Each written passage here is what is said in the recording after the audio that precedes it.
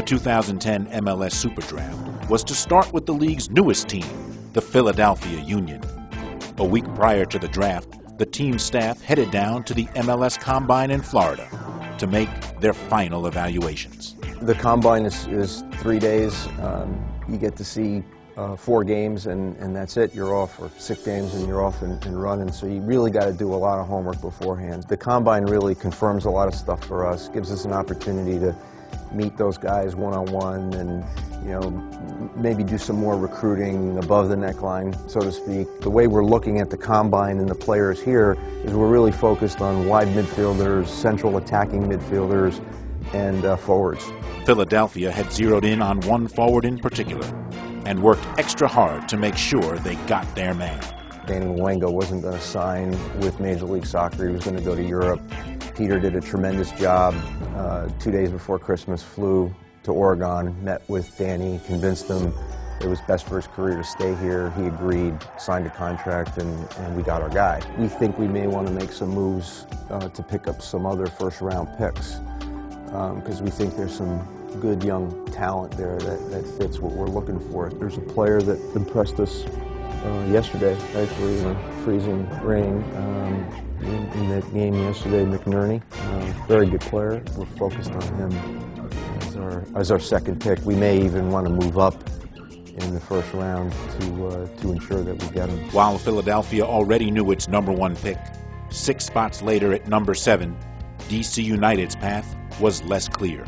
It's a matter of, looking at our roster, seeing where, putting together a depth chart, figuring out exactly who we want, and there's a lot of moving parts because we're looking at players from the outside that we can bring in as well. There's going to be good players available. Players like Zach Lloyd could possibly be available, Corbin Bone, Zach Shalowski, players like that.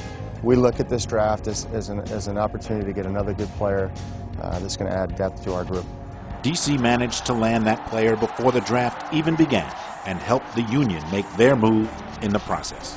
Today has been quite a flurry of activity in terms of trades, one of which we just pulled off and will be announced probably later today or tomorrow.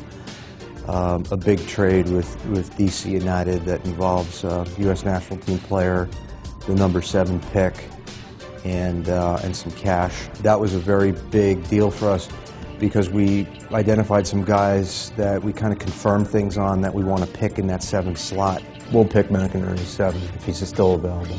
Also, we're working on maybe getting another pick a little bit higher up for another player. We'll huddle up again tonight and I'm sure review a bunch of deals that have been put on the table today.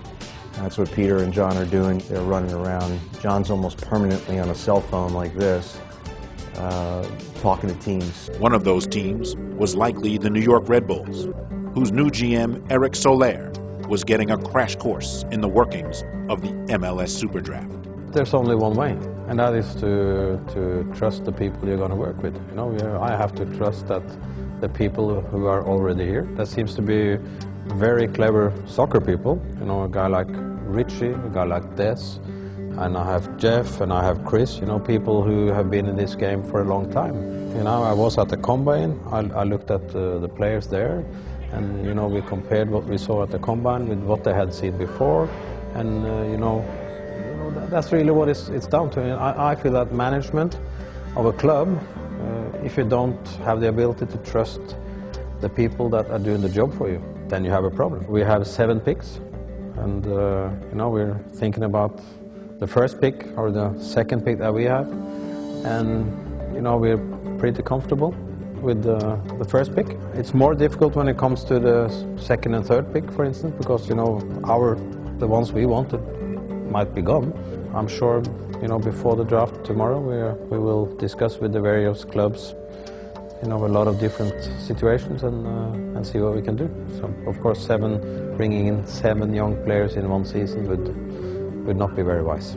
While New York had 7 picks to play with, DC was down to just a 4th-round selection following the trade for Perkins. Troy is what we think is one of the better goalkeepers in the United States and certainly in MLS. He had a great stint in in D.C. before, and for us that was priority number one. We're going into the season with a goalkeeper that was injured and had 2 surgeries in the offseason and won't be ready to start the season. For us, that was a major priority. You know, it's obviously a different day. You know, we have to wait to the 55th pick, and it's just a matter of can we find a player that's kind of a diamond in the rough with the 55th pick that can make our team. And, you know, often 4th-round draft picks are guys that don't always make your roster. So we're going to keep our fingers crossed. We have some guys that, you know, we've identified that we think could help us, and we'll see how it goes as the draft unfolds.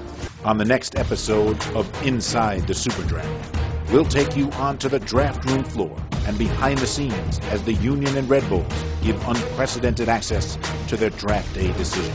The fun starts.